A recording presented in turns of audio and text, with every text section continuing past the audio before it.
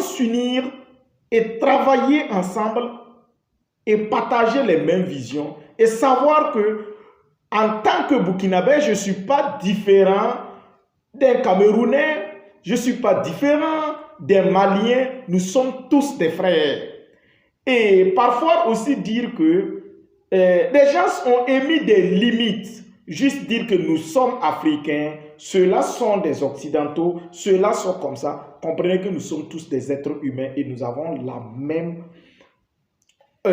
les mêmes objectifs qui n'est rien d'autre que travailler et réussir. Il n'y a personne qui ne veut pas réussir. Tout le monde veut réussir. Mais on réussit comment? On réussit quand vous êtes libre et vous avez vraiment une paix durable qui vous permet d'exercer. Parce que quand vous sortez et que vous êtes bloqué, vous ne pouvez rien faire.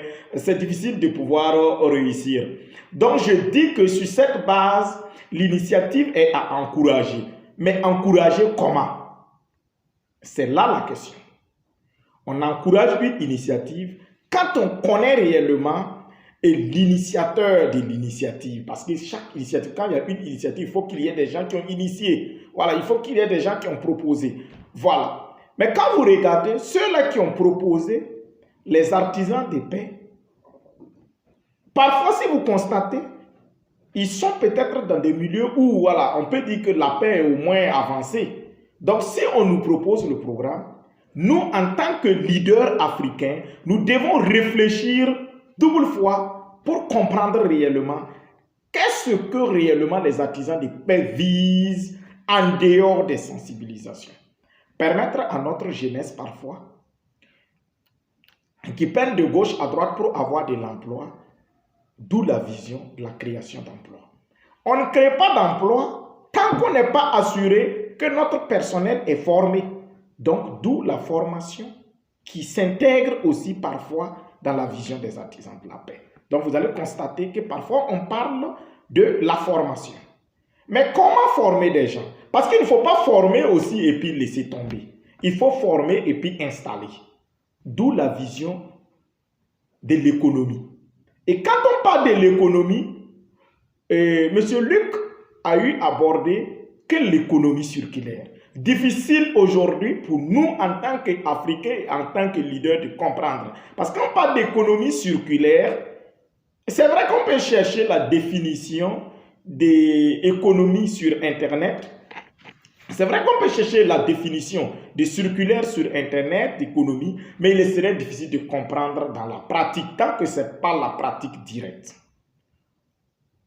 Donc, à ce niveau, plusieurs personnes ont manifesté le désir de comprendre. Est-ce que c'est nous qui allons mettre notre argent ou bien ce sont les partenaires qui vont venir avec leur argent? En tant que leader et engagé et en tant que panafricaniste, je dirais que c'est nous qui allons miser notre argent. Mais comment nous allons miser notre argent? Ce n'est pas dire à Dianda d'enlever 1000 francs dans sa poche ou bien dire à un certain X d'enlever. Non, non, non. Il y a la contribution physique. Ça veut dire, la contribution physique, c'est quoi? Des gens ont des projets, mais parfois ont besoin des exécutants parce qu'il faut des gens pour exécuter. Donc, ça collabore. Vous pouvez avoir vos milliards, mais vous avez besoin aussi de la ressource humaine.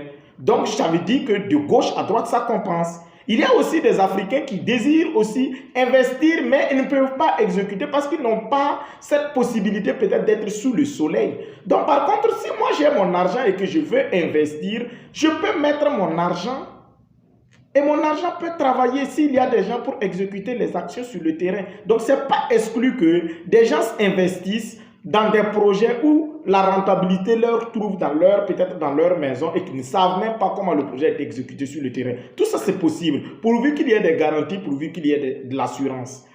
Voilà, donc c'est juste apporter ces petites précisions. Voilà. Aussi, je termine à dire que l'ONG Jeunesse engagée pour le développement durable est apolitique. Nous ne faisons pas la politique. Nous travaillons dans le social, nous sommes des humanistes. Nous collaborons avec la population. Mais parfois, les gens doivent comprendre des choses. Parce que les gens confondent la politique et des organisations à but non lucratif ou soit apolitique. Plein n'ont pas compris le sens. Vous savez, c'est qui le politicien? Le politicien n'est rien d'autre que des individus qui vivent avec nous.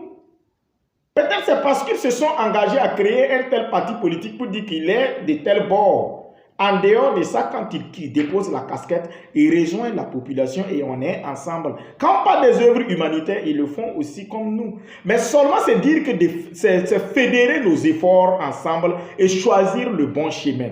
Et savoir que c'est l'intérêt de nos peuples qui doit être devant. Et si nous savons que l'intérêt de nos peuples doit être devant, nous devons nous unir. Et maintenant, ceux qui vont rester à l'extérieur et puis vouloir nous soutenir vont comprendre qu'on peut soutenir ces gens parce qu'ils sont organisés. Mais tant que